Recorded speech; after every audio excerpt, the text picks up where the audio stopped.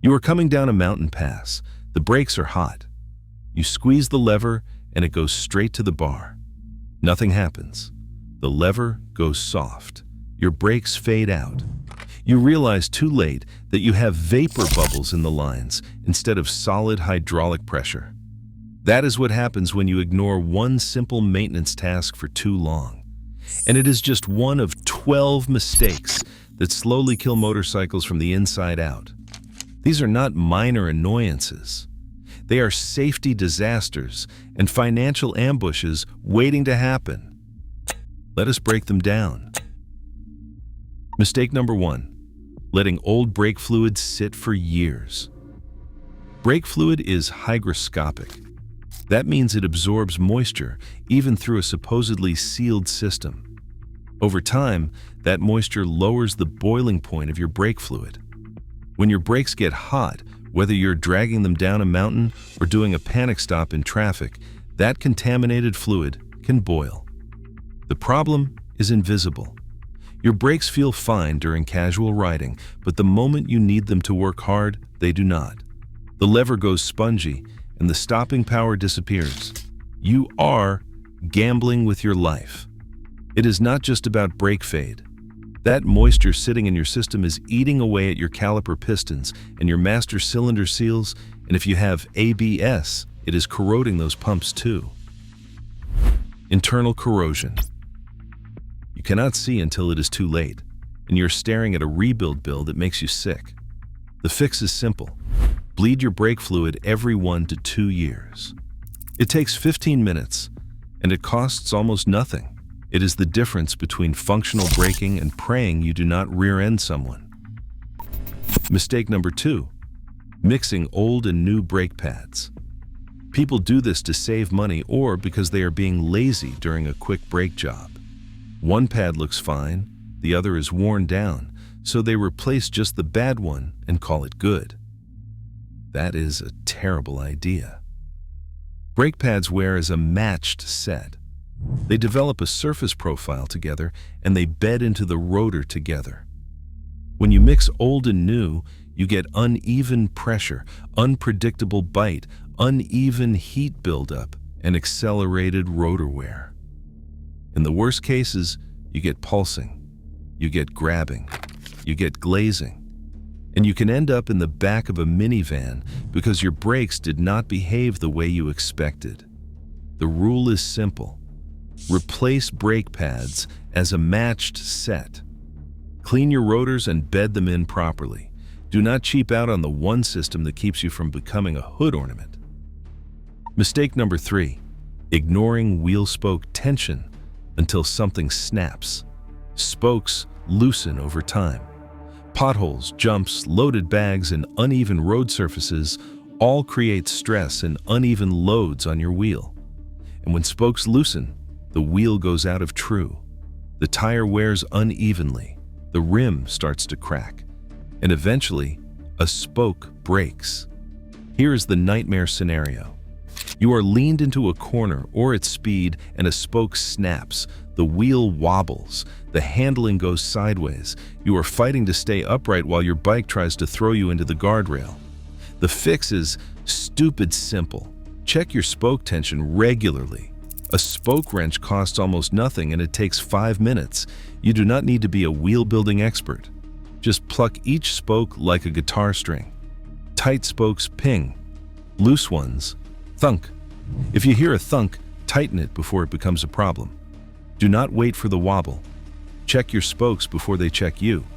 Those 3 will kill you. These next ones will just kill your wallet and your riding season. And if you think this is bad, wait until we get to the mistake that cooks engines without ever throwing a warning light. Mistake number 4. Over-tightening bolts on your bike.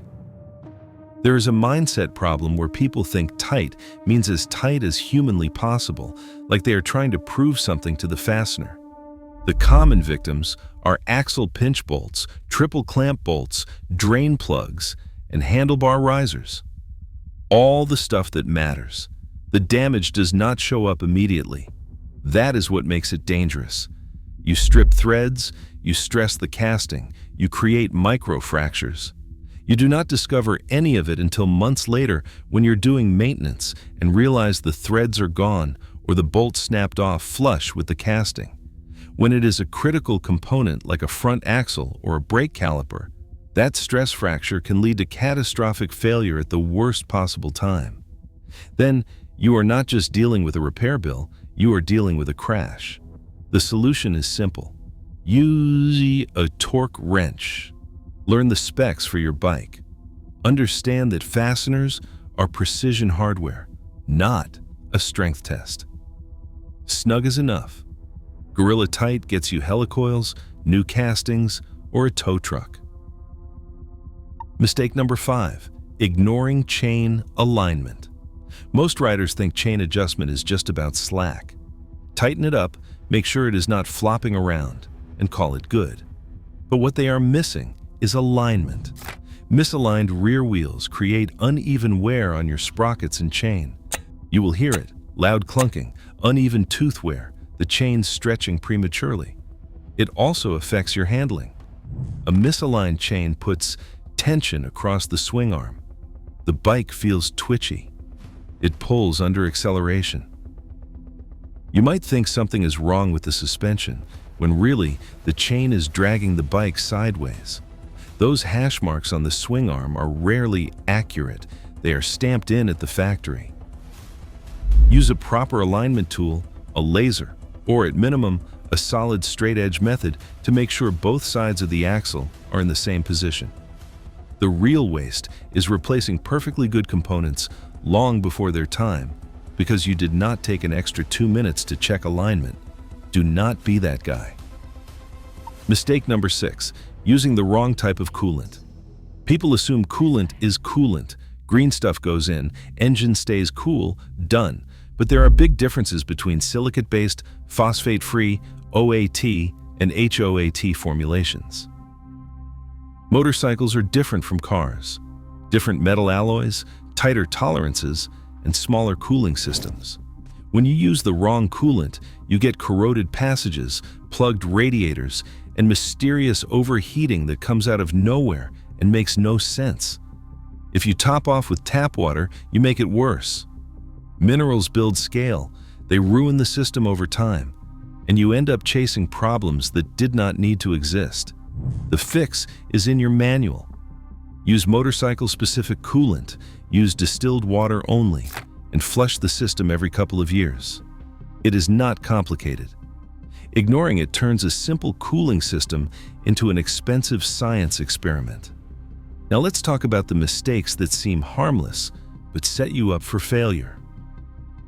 Mistake number 7, running low on fuel.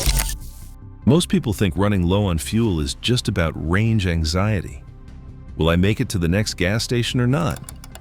But there is a bigger problem. Your fuel pump is cooled and lubricated by the gas it sits in. When you run on fumes, that pump runs hot. It wears faster, and it is more likely to fail. Replacing a fuel pump is not cheap.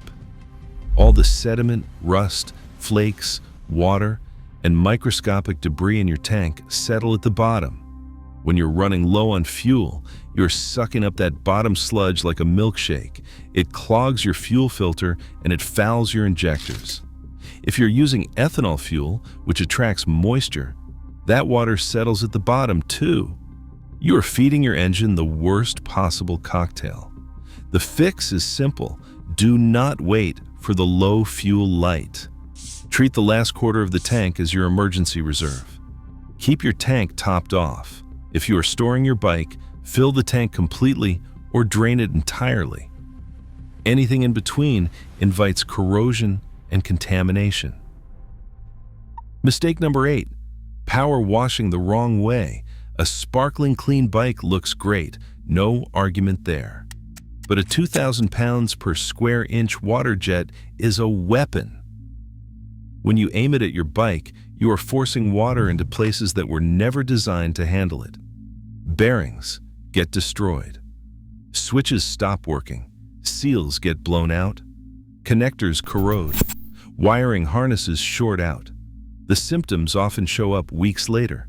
Your speedometer flickers, Your idle goes weird, your headlight works randomly, and you are stuck chasing electrical gremlins that all trace back to that one afternoon you blasted your bike with a pressure washer. The bearing damage is the worst. Water displaces the grease. The bearings run dry. Months later, your steering head is notchy or your swing arm pivot seizes up. You did not feel it happen, but it happened. The proper method is boring but effective. Use gentle hose pressure. Degrease carefully. Avoid direct spray on anything electrical, any bearing, any seal. Wipe by hand. Dry it properly. It takes longer, but it does not destroy your bike in the process. Mistake number 9, letting the battery trickle all year. Everyone's heard the advice. Hook up a trickle charger for winter storage. And yes, in theory, that sounds solid. Here is where people get confused. A cheap, dumb trickle charger will absolutely cook a battery over time. It never stops feeding voltage. If your battery's already topped off, that extra current does not disappear. It slowly boils the electrolyte, dries out the AGM cells, and reduces the lifespan of your battery. Sometimes you will go to start your bike in the spring and realize the battery looks fine, but it will not hold a charge. A real battery maintainer monitors voltage and shuts off when the battery is full. Those are safe.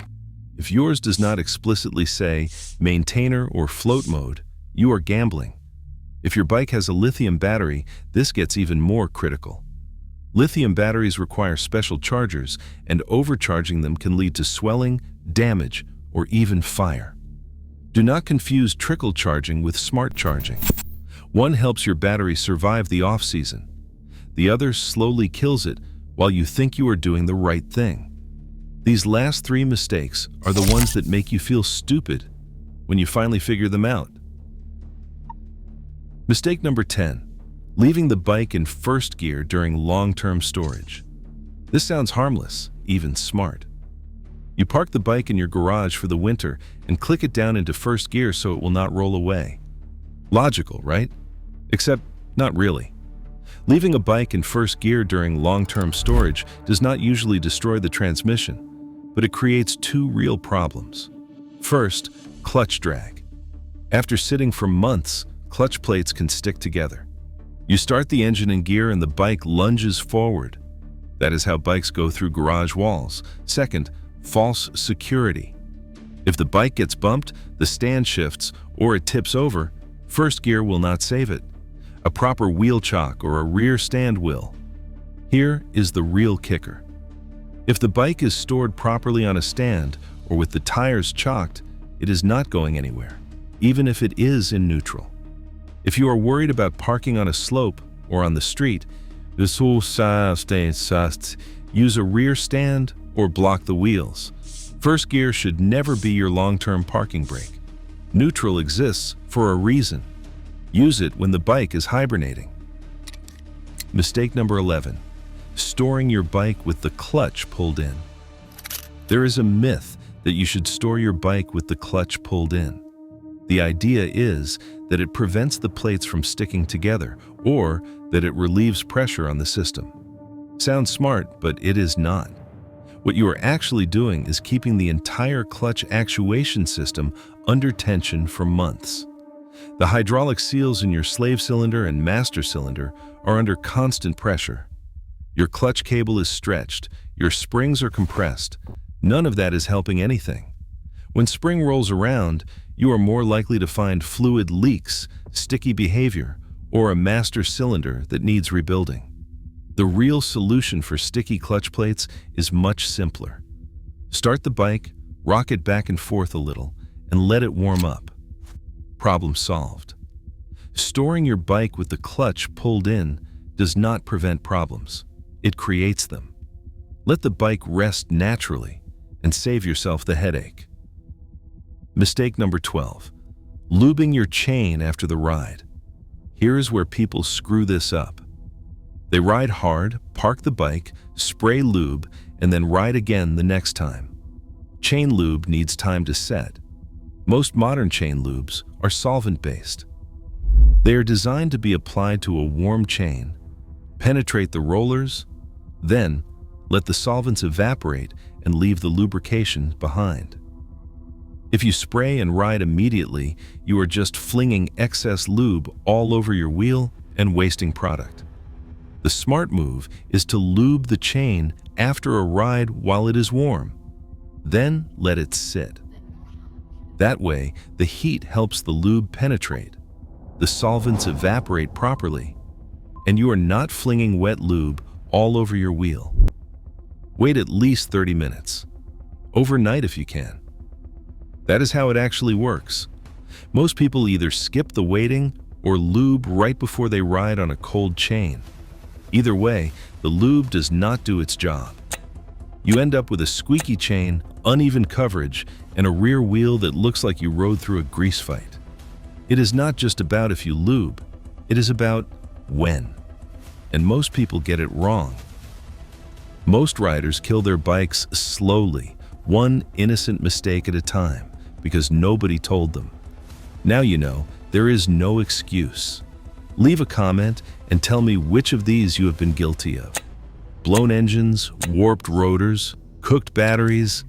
I want to hear the horror stories. And hit subscribe so your bike does not ask for much. Just do not kill your bike slowly.